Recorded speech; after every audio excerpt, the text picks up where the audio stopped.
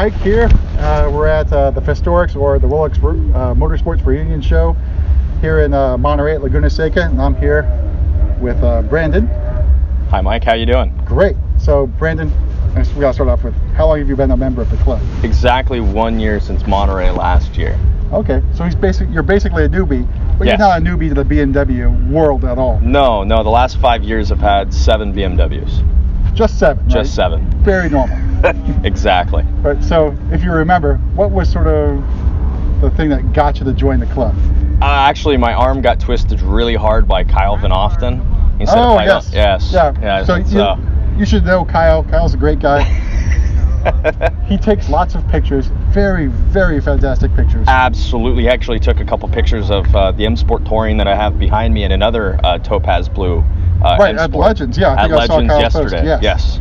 Very. He's a really good behind the camera. That's for sure. Yep, and a fantastic guy, very helpful member. Absolutely. A great resource to anyone out there who's got. And another wagon guy. Another wagon guy, yeah, because he's got a E61. Absolutely.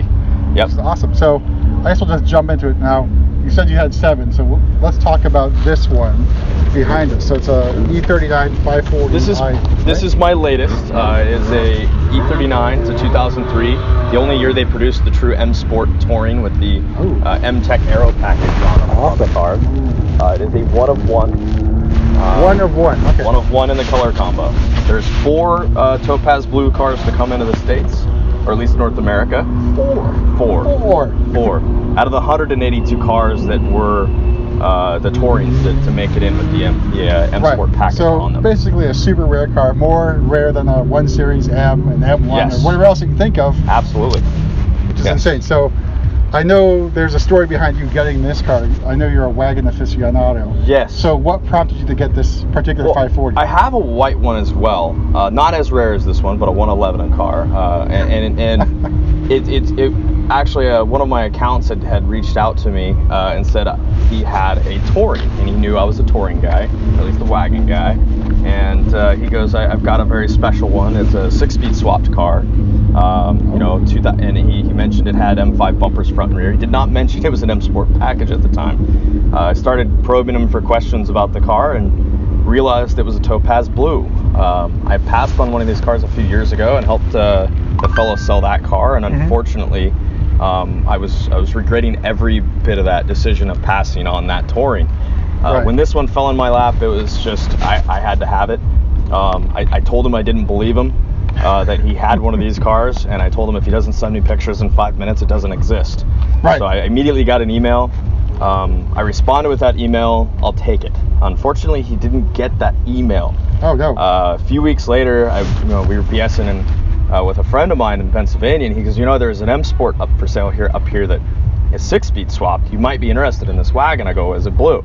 He goes, yes. I was like, where did you see this? He goes, it's on Facebook Marketplace. And I go, I'm gonna call Steve right now. He's trying to sell my car. So I called Steve. I told him I don't think you saw my email, but this is Steve Snow of Beamer Works out in Westchester, Pennsylvania. And he goes, what do you mean? I'll pull the post down. I don't want to answer all these questions anyways. And so he pulled the post down, and I flew out about 2 weeks later. He picked me up from the airport. Okay, so I jump ahead here, but you flew out from where? Because you've been all over the place recently. Yeah, I flew from, actually it was Atlanta. I was based in Auburn, Alabama at the time, so I flew out of Atlanta up to Pennsylvania.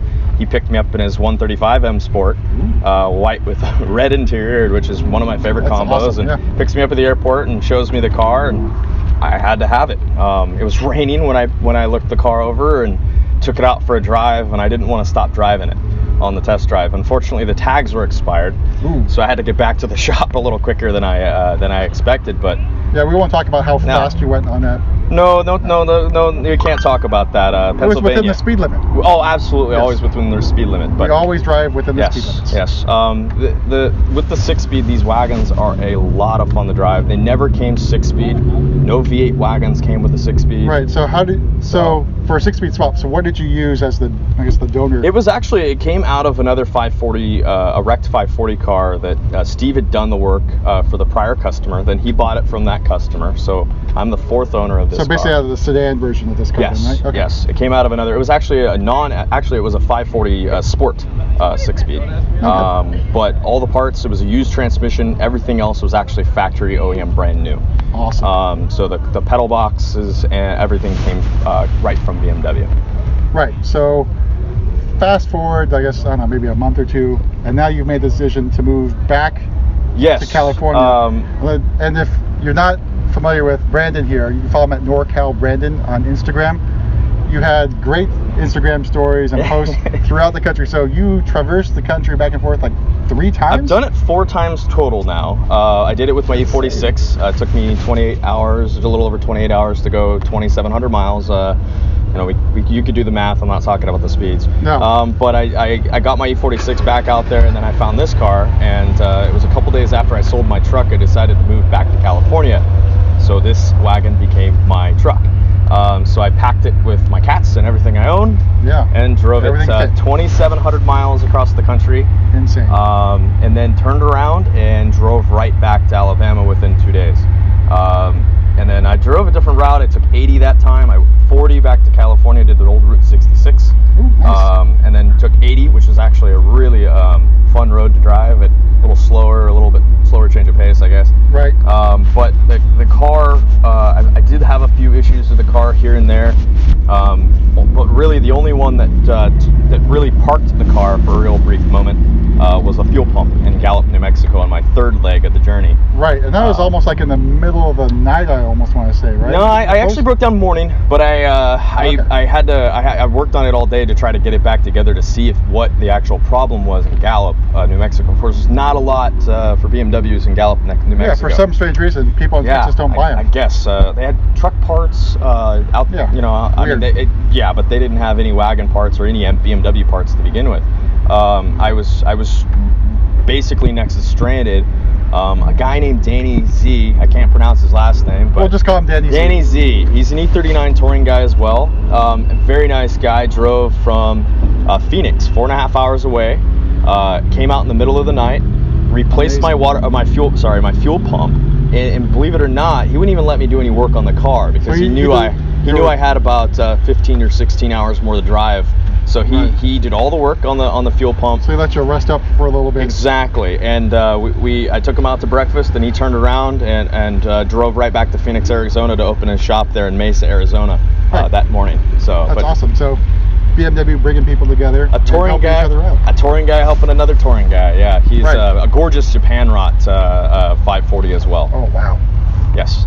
So he wasn't a member at the time. So I don't know, coerced is the right word. Oh yeah, but absolutely. Now he's going to be a member now, and joining that great club of people. I mean, even if it was a member, probably would have done the same thing. Absolutely. In fact, he actually saw the support I was getting from the CCA on Instagram. Yeah.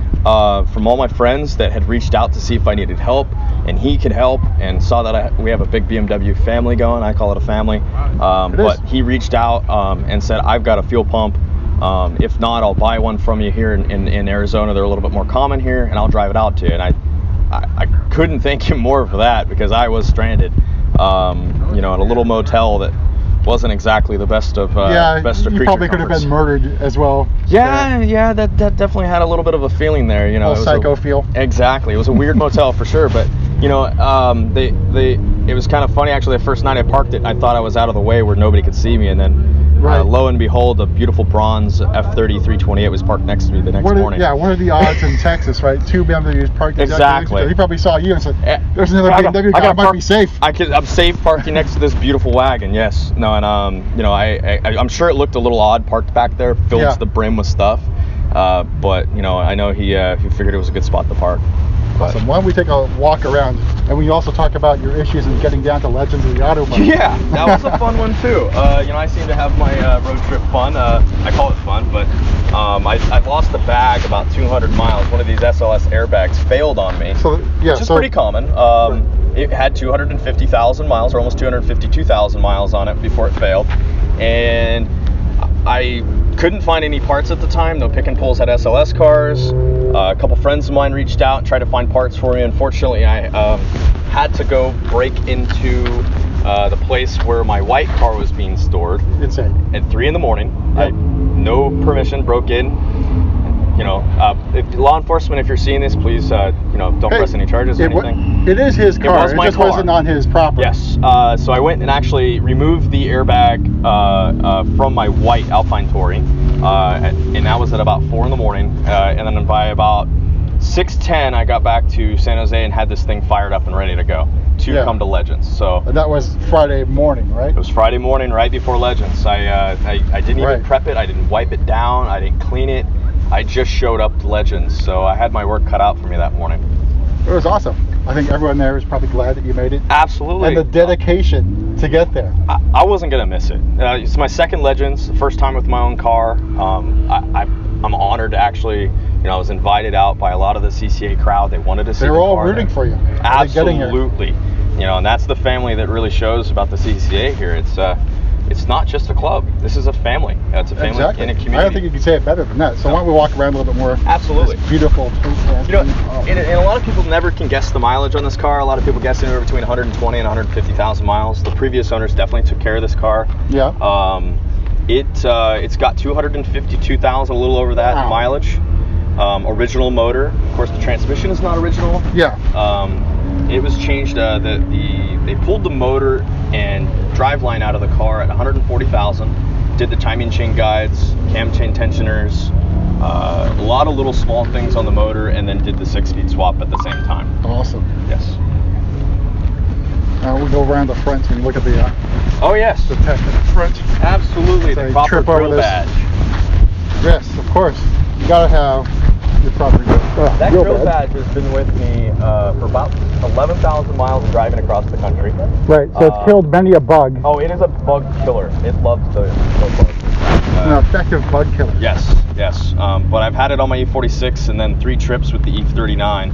But this car, it definitely held up really well for the amount of mileage it took in 12 days. I traversed 7,834 miles in 12 days with the car. It performed next to flawlessly, minus that fuel pump. I did lose a ambient temp sensor, a headlight, I remember that, yeah, and a tail light. I didn't know about the tail light. Yes, I lost the tail light on the first trip. Of course, that was fixed really quickly, and it was just a bulb. But a lot of little things. It was that really were the common issues on these cars. It didn't really bother it. Most of it had been done. The car's got close to $36,000 in receipts since 115,000 miles. Wow. A very large binder, if you may. It's got its own book. But a lot of it actually, it's all documented by BMW. There's only 3 repairs on this car that have been done that are not BMW. That's which pretty amazing. Is pretty special to me because not a lot of people will put the time, money, nor the energy into getting their cars over to the dealership to have them repaired properly. Yeah, normally after the warranty expires, you might be looking for a good independent mechanic. Yeah, that's usually where it was going. Now it did end up at an independent for some of the bigger repairs. Steve Snow at Beamer Works took care of this car firsthand, so that's why it is in such good condition. But these cars are really. He had no idea how rare they were. Neither did the prior owners. They thought it was a cool touring. Oh, I knew exactly what it was when he said he had it. They're special to me. They're special to a lot of the E39 enthusiasts because they're just hardly seen. It really is cool to talk to somebody that actually knows what it is too. Because I've had a couple guys come running through a parking lot. Is this real?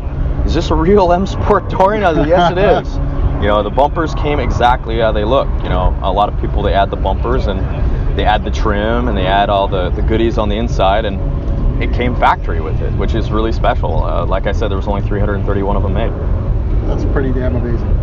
I think we'll cut it there, but I think Brandon's already echoed the sentiment here, but what do you think is the best thing about the club? It's the camaraderie.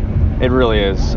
Between you, Mike, I got Kyle, a lot of the guys, I got a lot of members out there that have stepped up to help me in little small things, whether it's with a part or a little bit of hands-on.